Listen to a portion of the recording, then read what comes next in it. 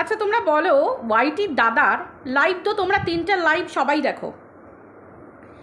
গত কয়েক মাস আগে যখন ওয়াইটির দাদা লাইভ করে করে আমাদের এই দালালকে দিয়ে তার তৈরি করা নোংরা ভিডিওগুলো প্রাইভেট করাচ্ছিল, সেটা কি আমাদের ম্যান্ডি স্যান্ডি, আজকে ম্যান্ডি স্যান্ডি বলেই বলবো, সেটা কি ম্যান্ডি স্যান্ডির সম্মান নিয়ে কিছু খেলা খেলছিল? ওয়াইটির দাদা যদি কোনো রেকর্ডিং দিয়ে থাকে, সেই রেকর্ডিংটা কি ম্যান্ডি স্যান্ডিকে ওয়াইটির দাদা কোনো নোংরা কথা বলছিল? নাকি যে ভিডিওগুলো দালাল প্রাইভেট করেনি, এমনকি ম্যান্ডির বাচ্চাকে নিয়ে, সন্তানকে নিয়ে পর্যন্ত দালাল যে নোংরা কথাগুলো যে ভিডিওতে বলেছিল, সেই ভিডিওর টুকরোটা আমাদের ওয়াইটির দাদা পাবলিকের কাছে শুনিয়েছিল কী জন্য? যে দেখো এই দালাল কতটা মিথ্যেবাদী, কতটা নোংরা। এ বলছে যে এ সমস্ত পুরনো ভিডিওকে প্রাইভেট করে দিয়েছে। তোমরা একটা কথা বলো, আজকে আমি যদি কারোর সাথে সাচ্চা মন নিয়ে, সাচ্চা ভালোবাসা নিয়ে কারোর সাথে সম্পর্ককে, কোনো জায়গায় একটা সম্পর্ক খারাপ জায়গায় গেছে, সেই খারাপ লেভেল থেকে আমি ভালো লেভেলে ফিরিয়ে আনছি, তাহলে আমার প্রথম পদক্ষেপ কী হবে? অ্যাজ দ্য কন্ট্রোভার্সি ক্রিয়েটার আমি যদি তাদের বিরুদ্ধে কোনো খারাপ ভিডিও করে থাকি, সেগুলোকে আগে আমি প্রাইভেট করব, তারপর তাদের সাথে সম্পর্কটাকে ধাপ ধাপ ধাপ ধাপ করে নিয়ে যাব। এটাই তো আমার কাজ হবে। তাহলে দালাল তার করা পুরনো ভিডিও, যেগুলো ম্যান্ডি এবং স্যান্ডিকে নিয়ে নোংরাভাবে ভিডিও করেছিল, এবং ম্যান্ডির মাকে নিয়ে এবং ম্যান্ডির সন্তানকে নিয়ে পর্যন্ত, আজকে দাদা যে রেকর্ডিংটা তোমাদেরকে দিয়েছে, তোমরা শুনেছো পুনরায়, এখনও পর্যন্ত কিন্তু সেই ধরনের কথা, যে কথাটা এই যে আজকে বললো যে আমি তোর দালাল, এই যে চোখের জল ফেলতে ফেলতে পাবলিককে যে মিথ্যেগুলো খাওয়াচ্ছে, যে আমি কোনো তোর সন্তানকে নিয়ে কোনো নোংরা কথা বলিনি, আজকেও কিন্তু ওয়াইটির দাদার কাছে রাখা, সযত্নে রাখা সেই পুরনো নোংরা কথা, যেটা দালাল ম্যান্ডির সন্তানকে নিয়ে বলেছিল, সেই কথাটা কিন্তু আজকেও পাবলিকের কাছে দাদা বলল। দেখো, সন্তান সবার কাছে সন্তান, ওয়াইটির দাদার বাড়িতেও সন্তান আছে, আমার বাড়িতেও সন্তান আছে, তোমরা ভিউয়াররা সকলের বাড়িতে সন্তান আছে। আমরা কেউ চাইবো না আমাদের সন্তানদের কোনো ক্ষতি হোক। আর আমার সন্তান তোমার সন্তান বলে কোনো কথা হয় না, সন্তান সন্তানই হয়। তাহলে সেই যে কাজটা ওয়াইটির দাদা করছিল, সে কি ভুল করছিল? আজকে আমি একজন কো ক্রিয়েটার, আমি ওয়াইটির দাদার বিরুদ্ধে যে কথা বলবো, কি করে বলবো? সে তো ভালো কাজ করছিল, সে তো সেই মুহূর্তে যে কাজটা করছিল, ম্যান্ডি স্যান্ডির বিরুদ্ধে করা পুরনো ভিডিও সেগুলোকে প্রাইভেট করানোর কথা বলছিল, যেগুলো রীতিমতো তখনও ভিউজ খাচ্ছে। তাহলে তুমি একটা সম্পর্কে গেছো, সেই সম্পর্ককে নিয়ে তুমি অতীতে যে নোংরামি করেছো, সেই নোংরামিগুলো তোমার কাছে রেখে তুমি একটা সযত্নে তুলে রেখেছো, কেন সেগুলোকে তুমি প্রাইভেট করোনি? এটা হচ্ছিল আমাদের মেন কথা, উদ্দেশ্যের কথা। কিন্তু সেই মানুষটাকে সেই ম্যান্ডি স্যান্ডি কিভাবে মুখ বন্ধ করালো? কিভাবে? নোংরা পথের মাধ্যমে মুখ বন্ধ করালো, তাদের সন্তানকে সামনে রেখে শ্রীখণ্ডী করে। এটা কি ম্যান্ডি স্যান্ডি অস্বীকার করতে পারবে? এটা কি পারবে? আজকে আমি কখন দায়ী থাকবো? যখন আমি নিজে মুখে তাকে, তোমার সন্তানকে নিয়ে নোংরা কথা বলবো, যে এই তোর সন্তান, এই তোর সন্তান, ওই তুই, এই তোর মা, এই কথা, তার জন্য দায়ী আমি। কিন্তু আমি যখন ভিডিওর মাধ্যমে বলবো যে, এবং রেকর্ডিংটা তুলে তখন ধরছি যে এই বলেছে, দেখ তুই বলেছিস কি না, তাহলে সেটা কি আমার দোষ? এবং সেই ভিডিওর মধ্যে যদি আমি বলি যে দেখো তোমরা, এই ভিডিওগুলো এখনও সে প্রাইভেট করেনি, একটা সন্তানকে নিয়ে করা, কারণ সন্তানটা বড় হচ্ছে, তারপরে সে একজন কন্যা সন্তান, সে একদিন না একদিন পরের বাড়ি যাবে, কারণ সমস্ত কন্যা সন্তানকে কিন্তু পরের বাড়ি যেতে হয়, স্বামীর বাড়ি যেতে হয়, তার একটা ভবিষ্যৎ আছে ভাই। কন্যা পুরুষ মানে ছেলে বলে কোনো ফারাক নেই, কিন্তু তবুও এক কন্যা সন্তানকে সবসময় পরের বাড়ি যেতে হয়, এবং একটা বাচ্চা, একটা সন্তানের ভবিষ্যৎ থাকে। আমি যেমন আমার সন্তানের কথা চিন্তা করব, সেরকম আর 5টা সন্তানের কথা আমাকে চিন্তা করতে হবে, কারণ আমরা আমাদের নিজেদের বিবেক, মানসিকতা, বিবেকবোধ জলাঞ্জলি দিয়ে এখানে ভিডিও করতে আসিনি, যেটা দালাল করেছে। আজকের দিনে দাঁড়িয়েও দালাল বলছে যে তোকে যে কথাগুলো বলেছিলাম, মানে ম্যান্ডিকে যে কথাগুলো দালাল বলেছিল, সেগুলো নাকি ঠিক বলেছিল, ম্যান্ডি নাকি নোংরামি করেছে। তাহলে চিন্তা করো, ম্যান্ডি ভুল করেছে এই কাল সাপকে ঘরে পুষে, পুনরায় পুষে। একদিন ম্যান্ডিকে সরি বলেছিল, আজকে বলছে সরি বলেছিলাম শুধুমাত্র মানে কিসের জন্য, কি মানসিকতা না মনুষ্যত্ব কি একটা বললো তার জন্য। আজকে যে সরি বলেছিল সে আজকে হঠাৎ করে সেই সরি তুলে নিচ্ছে। আজকে সে জোর দিয়ে বলছে যে তোরা নাকি আমার নামে যে কেস করেছিলি সেটা হেরে যেতিস। তাহলে চিন্তা করো, যদি সত্যি হেরে যেত তাহলে কেন সুজাতাদিকে দিয়ে, কেন আর 5 জনকে দিয়ে, কেন ফোন করিয়ে কেন ম্যান্ডি এবং স্যান্ডির সাথে যোগাযোগ করে কেসটাকে তুলে নিতে বলেছিল? কিরে দালাল, তোকে বলছি, তোর যদি এতই জোর থেকে থাকতো, তুই যদি জানতিস যে ম্যান্ডির করা কেসে তুই জিতে যেতিস, তাহলে তুই লোকের পায়ে ধরে সুজাতাদিকে 100 বার ফোন করে তুমি কথা বলো না, তুমি একটু বলো না, তুমি বললে ম্যান্ডি হয়তো কেস তুলে নেবে, কারণ সেই সময় আমার সাথে তোর সম্পর্ক ছিল। মনে পড়ে? সেই দিনের কথা মনে পড়ে?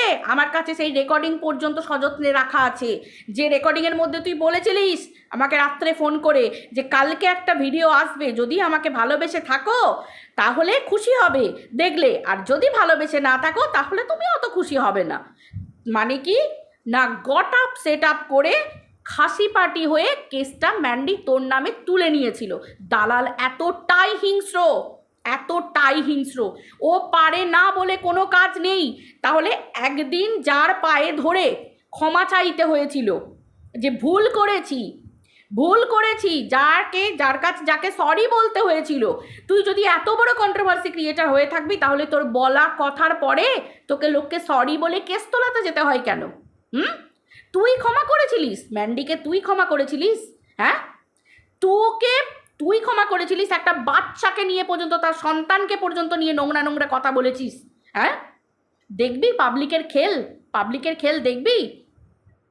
এখনো পর্যন্ত এত বড় বুকের পাটা এখনো ম্যান্ডিকে বলে কি না, দেখো ম্যান্ডি দেখো, এখনো পর্যন্ত যাকে তুমি দুধ কলা দিয়ে কালসাপ পুষেছো সেই কালসাপ বলে কি না এত কিছুর পরে তোমাকে ক্ষমা করেছে, তোমাকে নাকি ও ক্ষমা করেছে। চিন্তা করা যায়, ভাবতে পারা যায়? মারুর সঙ্গে সম্পর্ক এই দালাল ভাঙিয়েছে ম্যান্ডির সাথে। অনুপমকে শ্রীখণ্ডী করে সামনে দাঁড় করিয়ে অনুপমের নামে খারাপ কথা বলে ভুল কথা বলে আজকে নিজেও তো কথার মাধ্যমে বলে দিল।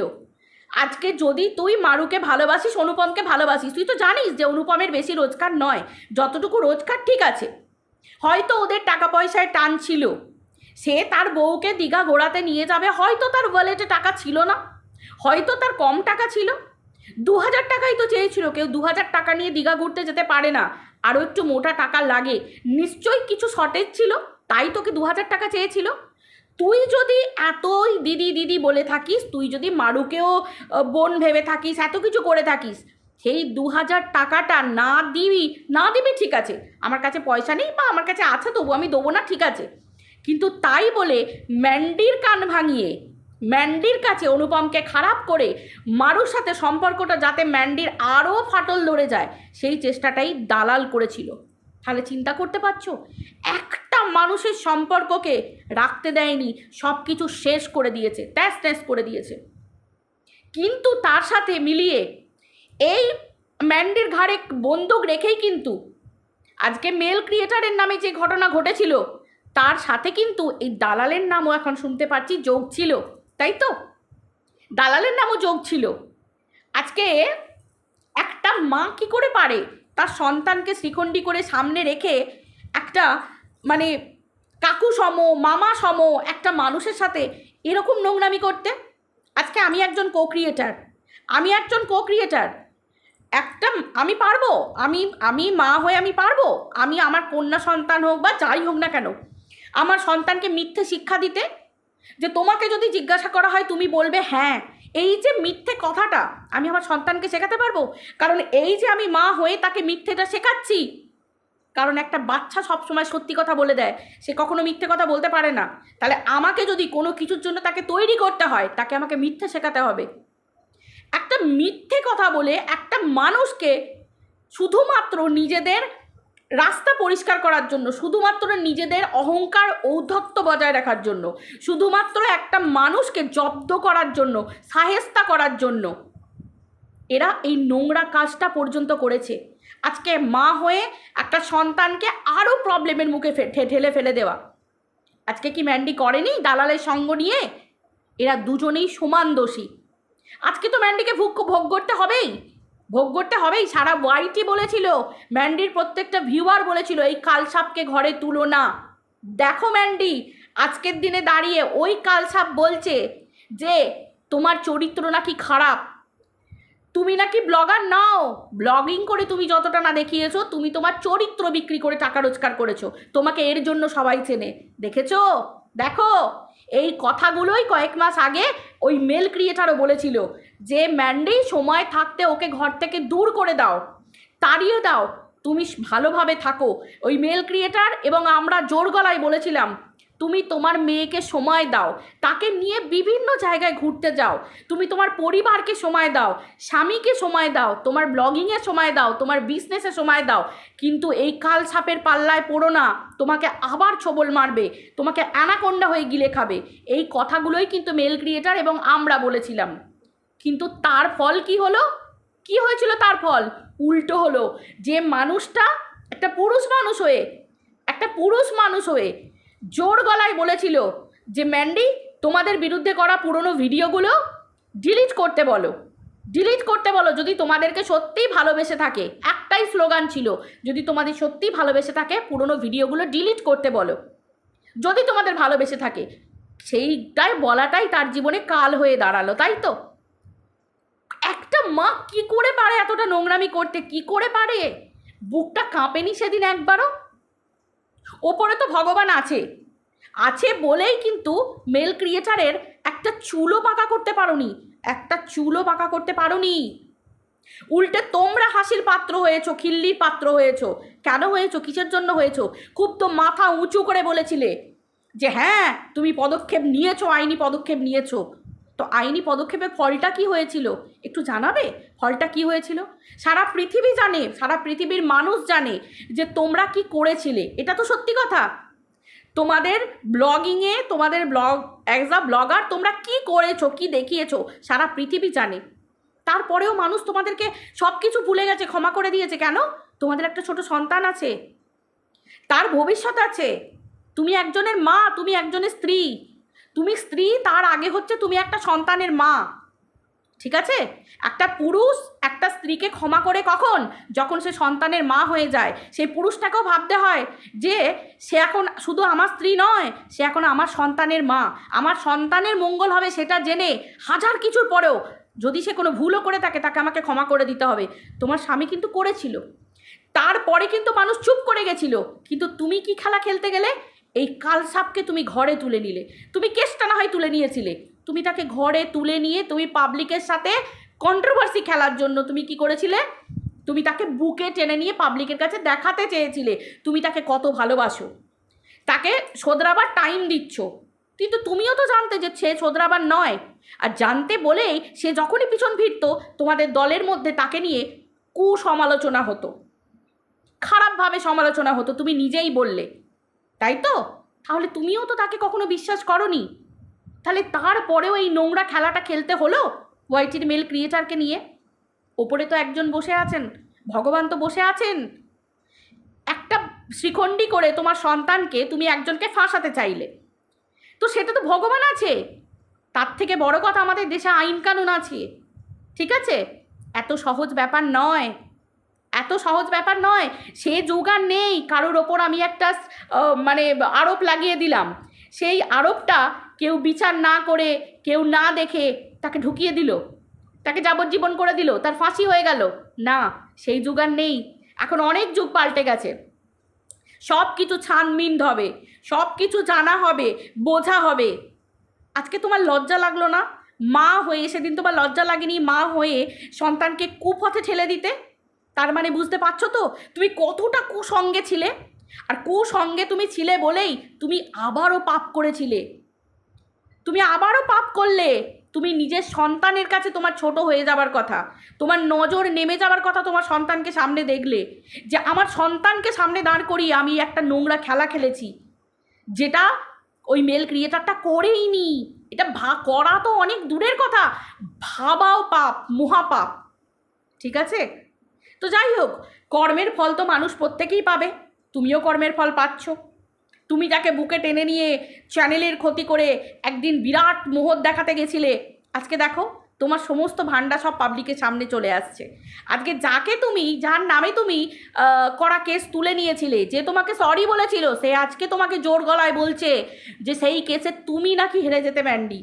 সে নাকি তোমাকে সরি বলেছে, জাস্ট মুখের কথা বলতে হয় বলেছে, আদারওয়াইজ সে যা কথা বলেছিল সে নাকি সত্যি বলেছিল। এবার বুঝতে পারছো কর্মফল কাকে বলে? দেখো কোন কালসাপকে তুমি বাড়িতে পুষেছিলে, এটাও তোমার কর্মফল। বাকিটা কে না জানে, ভগবান কি বলবো বলো, কিছু বলার নেই। তোমার কর্মফল তুমি পাবে, এটা তো থোড়ি আমি পাবো না, আমার কর্মফল আমি পাবো। তো যাই হোক বন্ধুরা, তোমরা আজকে অনেক কিছু জেনে গেছো, তাহলে বুঝতে পারছো তো এরকম ঘটনা কিন্তু যে কারোর সাথে হতে পারে। আজকে মেল ক্রিয়েটারের নামে হয়েছে, এটা কিন্তু যে কোনো ফিমেল ক্রিয়েটারের নামে হতে পারে। আইন কানুন কিন্তু শুধুমাত্র মেল ক্রিয়েটারের নামে হবে, বা আইনের কোনো ধারা কোনো ফিমেল ক্রিয়েটারের নামে লাগানো যাবে না, এটা কিন্তু নয়। ঠিক আছে? তো এইরকম ঘটনা কিন্তু যে কারোর সাথে ঘটতে পারে। অতএব মানে অ্যাজ দ্য কো ক্রিয়েটার কোনো না কোনো সময় গলা তোলাটা দরকার। যেখানে মিথ্যে দেখবো সেখানে তো গলা তুলবই। ঠিক আছে?